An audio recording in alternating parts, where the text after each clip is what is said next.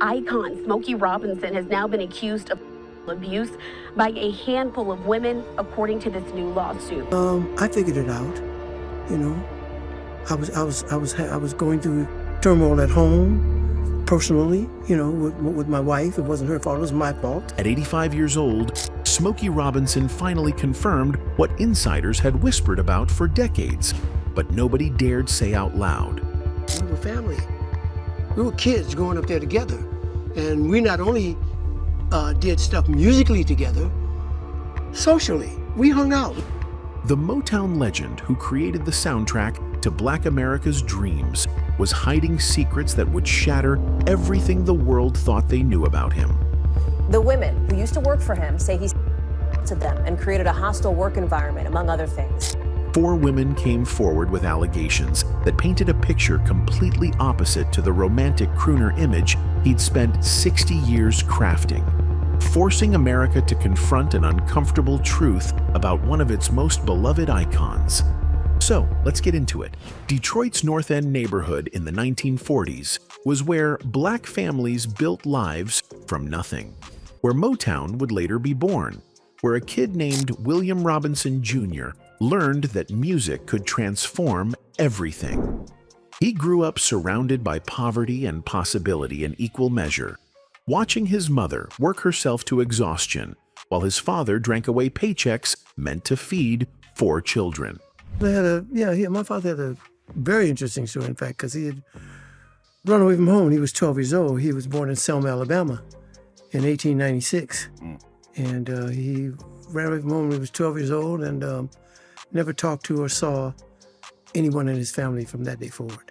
Young William found his escape in doo-wop groups that harmonized on street corners, in the church choir where his voice stood out even among trained singers, in the dreams he built about getting his family out of that neighborhood through music alone. By 15, he'd formed a group called the 5 Chimes with neighborhood friends, practicing routines in basements and performing at school talent shows for audiences who couldn't believe kids their age could sound that professional. They changed their name to the Matadors, then the Miracles, adding members and refining their sound until they were good enough to audition for Berry Gordy, a former boxer and Ford factory worker who'd started writing songs and dreamed of building a black-owned record label that could compete with the white-controlled music industry. Gordy heard something special in the kid who called himself Smokey, saw a songwriter and performer who understood romance and heartbreak in ways that translated directly into hit records. Berry Gordy, who was writing all of his songs for Jackie Wilson at that time, was at that audition. And he liked a couple of my songs that we sang, because we sang all original songs. Smokey became Gordy's right-hand man, helping build Motown from nothing into an empire. He wrote and produced hits for other artists while leading the Miracles through a string of successes that defined the Motown sound. Shop Around became Motown's first million-selling record. You've Really Got a Hold on Me crossed over to white audiences. The Tracks of My Tears became one of the greatest soul songs ever recorded. People say I'm the life of the party 'cause I tell a joke. But success came with complications nobody talked about publicly. Smokey married Claudette Rogers in 1959 when they were teenagers, making her the only female member of the Miracles and his partner in both music and life. She suffered through 7 miscarriages before finally giving birth to their son, Berry, in 1968, named after Berry Gordy, the man who'd made all their dreams possible. Their daughter, Tamla, arrived a year later, and from the outside, the Robinson family looked like Motown royalty living the American dream. Behind closed doors, the marriage was already crumbling under the weight of Smokey's affairs. The road life of constant touring meant weeks away from home, hotel rooms in different cities every night, women throwing themselves at the handsome lead singer with the impossibly smooth falsetto. Smokey didn't resist the temptation. He'd later admit to multiple affairs during his marriage, including relationships that lasted months or even years. I figured it out. You know, I was going through turmoil at home, personally, with my wife. It wasn't her fault, it was my fault. The most significant affair was with Diana Ross, the young singer he'd brought to Motown and helped develop into a star. Ross was trying to establish her career with the Supremes, and Smokey was the established hitmaker who could open doors. They worked together on songs and performances, and somewhere in that collaboration, the professional relationship became personal. The affair lasted about a year, conducted in secret while Claudette remained home with their children, and Ross navigated her own complicated relationship with Berry Gordy. Well, it lasted probably longer than it should because I was married at the time. Oh, so this happened later. Yeah, that happened later. Okay. That happened after I got married, after I got them signed up at Motown. Diana eventually ended it, telling Smokey she couldn't continue because she knew Claudette and knew he still loved his wife. But the pattern had been established. Smokey would spend the next decade cycling through affairs while maintaining the public image of the devoted husband and father, the gentleman of Motown who wrote love songs that made women swoon. In 1974, Claudette caught him cheating and they separated. The pain of that separation inspired The Agony and The Ecstasy, a song about forbidden love that many assumed was about the Diana Ross affair, but could have been about any of the women Smokey had been involved with. They reconciled, but the trust was gone. The marriage became a performance they maintained for the cameras while living increasingly separate lives behind closed doors. By the mid-1980s, Smokey Robinson's life was a contradiction that was becoming harder to hide. On stage and in interviews, he was the smooth, romantic crooner, the Motown gentleman who represented class and sophistication. In private, he was spiraling into an addiction that would nearly kill him and destroy everything he'd built. Weed or marijuana has always been my drug of choice. I don't drink. I've never drank or anything like that, except when I was, a young teenager and the boys, you buy some beer or something like that. I hated the taste of alcohol. I still do. The cocaine habit started casually, the way it did for so many entertainers in that era. A line here and there at parties, something to keep the energy up during long recording sessions, a social thing that everyone in the industry was doing. But casual use became regular use, and regular use became dependence, and dependence became full-blown addiction to crack cocaine. Smokey would later describe those years as living in hell. The drug controlled every aspect of his life, dictated his schedule, determined who he spent time with, consumed the money he'd made from decades of hit records. He'd disappear for days, hole up in hotel rooms smoking crack until his money ran out, or his body gave out, then emerge looking haggard and make excuses about being sick or working on new material. The addiction destroyed what was left of his marriage to Claudette. In 1984, he got another woman pregnant, a woman named Candy, who he'd been seeing during one of his drug binges. When the baby boy was born, there was no hiding it anymore. Claudette had endured the affairs, the separations, the reconciliations, the broken promises. But a child with another woman was the final betrayal. Smokey filed for divorce in 1986, citing irreconcilable differences, which was the polite legal way of saying he'd destroyed their marriage through infidelity and addiction. I know what happens out there. Just don't bring me no babies. The divorce made everything worse. Without Claudette as an anchor, without the structure of family life, Smokey sank deeper into the drugs.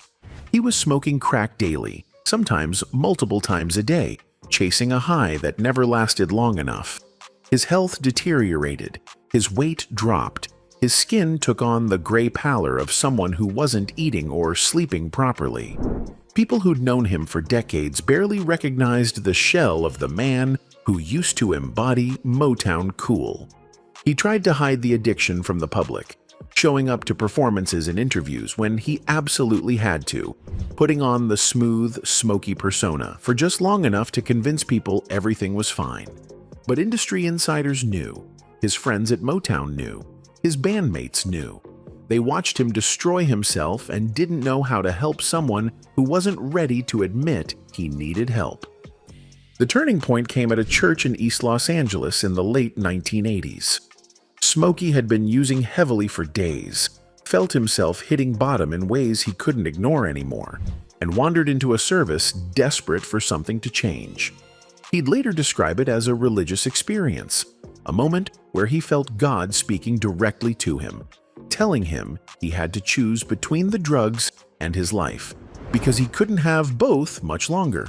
He got clean, not through rehab or 12-step programs, but through what he described as pure spiritual intervention and willpower. He stopped using crack, started rebuilding his health, began the long process of repairing relationships he'd damaged during the addiction years. By 1989, when he published his memoir, he was ready to be honest about everything. He wrote about the drugs, the affairs, the mistakes that had cost him his marriage and nearly cost him his life. The confession was supposed to be cathartic, a way to take control of his narrative and move forward with a clean slate. But confession doesn't erase history, and forgiveness from fans doesn't mean the patterns that led to the behavior have actually changed.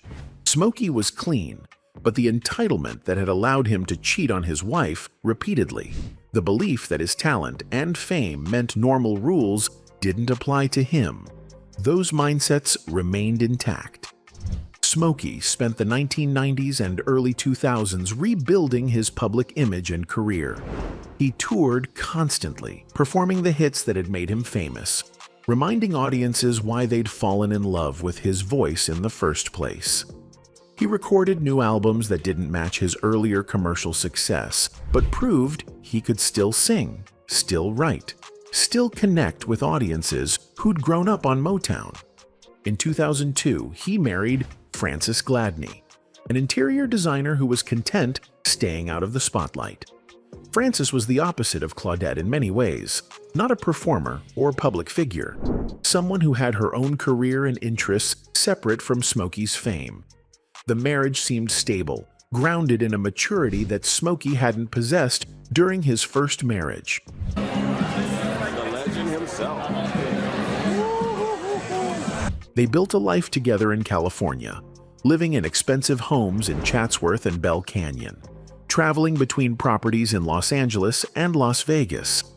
Smokey hired household staff to maintain the properties, mostly Hispanic women who worked as housekeepers and personal assistants.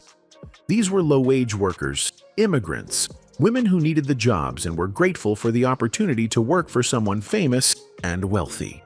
The public saw Smokey as an elder statesman of Motown, a living legend who'd survived the industry's ups and downs and come out the other side with his dignity intact. He was inducted into the Rock and Roll Hall of Fame in 1987, though that honor came with controversy because he was inducted as a solo artist while the Miracles weren't recognized until 2012. Smokey expressed regret about that, said he would have preferred to be honored alongside his bandmates, but the damage was done and the wound festered for years. He received the Grammy Lifetime Achievement Award in 1999. He was honored with the Gershwin Prize for Popular Song in 2016. Well, this is kind of like unbelievable to me. It's something that I never dared to even dream about or even think about. Every award and accolade reinforced the narrative of Smokey Robinson as America's romantic troubadour, the man who understood love better than anyone else in popular music. In 2023, at age 83, Smokey released an album called Gasms that shocked people who still thought of him as the gentleman of Motown. The album was explicitly about and desire, with songs that were far more graphic than anything he'd released before. I said, well, now what can I do after all these years to create some attention? So, some controversy. And so I'm sitting there and I'm sitting at the piano and I'm thinking, okay, well now, what am I going to write about? I'm going to write about gasms. Interviews promoting the album featured Smokey talking openly about still feeling at his age, still still wanting intimacy, still believing that older people shouldn't be ashamed of their desires. Some critics praised the album for breaking taboos about sexuality and aging. Others found it inappropriate, a desperate attempt to stay relevant by being provocative. Smokey defended it vigorously, arguing that society's discomfort with elderly sexuality said more about cultural hang-ups than about his music. He talked about how people could love more than one person at the same time, how monogamy was a social construct that went against human nature, how he'd learned through his mistakes that feelings couldn't be controlled or suppressed. You can deliver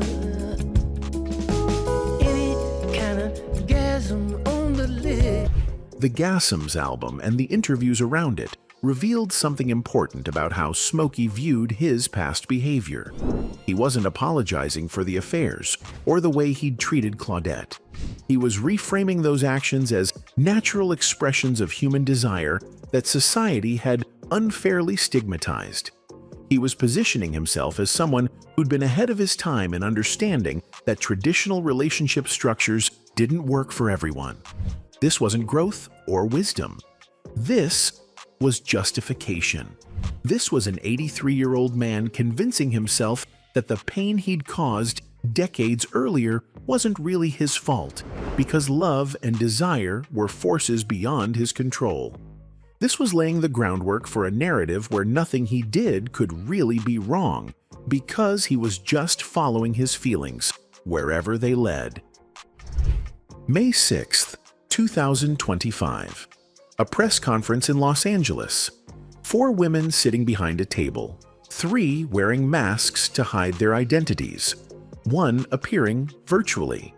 Their attorney, John Harris, standing at a podium, holding a lawsuit that had just been filed in Los Angeles County Superior Court. The lawsuit accused Smokey Robinson and his wife Frances of sexual assault, battery, false imprisonment, gender violence, and creating a hostile work environment. The women who used to work for him say he assaulted them and created a hostile work environment, among other things. The 4 women, identified only as Jane Does to protect their privacy, were all Hispanic housekeepers who had worked for the Robinsons at various times between 2006 and 2024. They were seeking $50 million in damages and a jury trial. The allegations were detailed and disturbing. One employee says Robinson assaulted her at least 23 times. 3 of the women say they didn't want to report it to police, in part because they were afraid of risking the possible adverse effect on their immigration statuses. Jane Doe 1 had worked for the Robinsons for 13 months, from January 2023 to February 2024.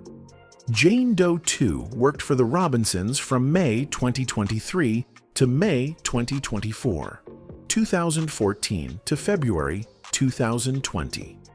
She claimed Smokey sexually assaulted her at least 23 times, beginning in late 2016. Jane Doe 3 worked from February 2012 to April 2024, a 12-year period during which she alleged Smokey assaulted her at least 20 times. Jane Doe 4 was both a housekeeper and Frances's personal assistant, cook, and hairdresser, working for the Robinsons from October 2006 to April 2007-2024. She claimed Smokey first raped her in 2007 at his Las Vegas home.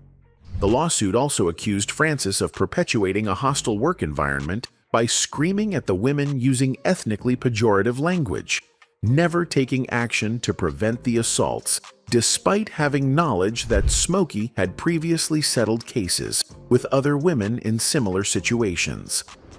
One woman claimed Smokey threatened to make Frances mean to her if she refused him. The women explained why they hadn't come forward earlier. They were low-wage workers in vulnerable positions, earning below minimum wage, working 10-hour days, 6 days a week with no overtime, no lunch breaks, no holiday pay. 3 of them worried about their immigration status. All of them feared losing their livelihoods, feared being threatened and intimidated by Smokey's celebrity status and the influential people around him, feared the public embarrassment and shame that would come with accusing an American icon. Christopher Frost, attorney for the Robinsons, issued a statement within 24 hours. He called the lawsuit an ugly method of trying to extract money from an 85-year-old American icon. He described the allegations outlined in the press conference as vile and false, accused the plaintiff's attorneys of putting on bizarre theatrics to create a media circus. He said they would ask the court to dismiss the lawsuit and would fiercely defend their clients against the false allegations. His attorneys say the allegations are vile and false. The statement positioned the Robinsons as victims of an extortion scheme. Frost pointed out that the women had filed the lawsuit seeking $50 million, implying the allegations were financially motivated rather than truthful.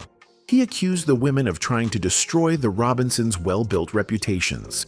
He asked anyone following the case to reserve judgment until the evidence came to light and the actual facts unfolded. Smokey himself initially remained silent, letting his attorney speak for him. But the allegations triggered a criminal investigation. The Los Angeles County Sheriff's Department Special Victims Bureau announced they were actively investigating criminal allegations involving William Robinson, also known as Smokey Robinson.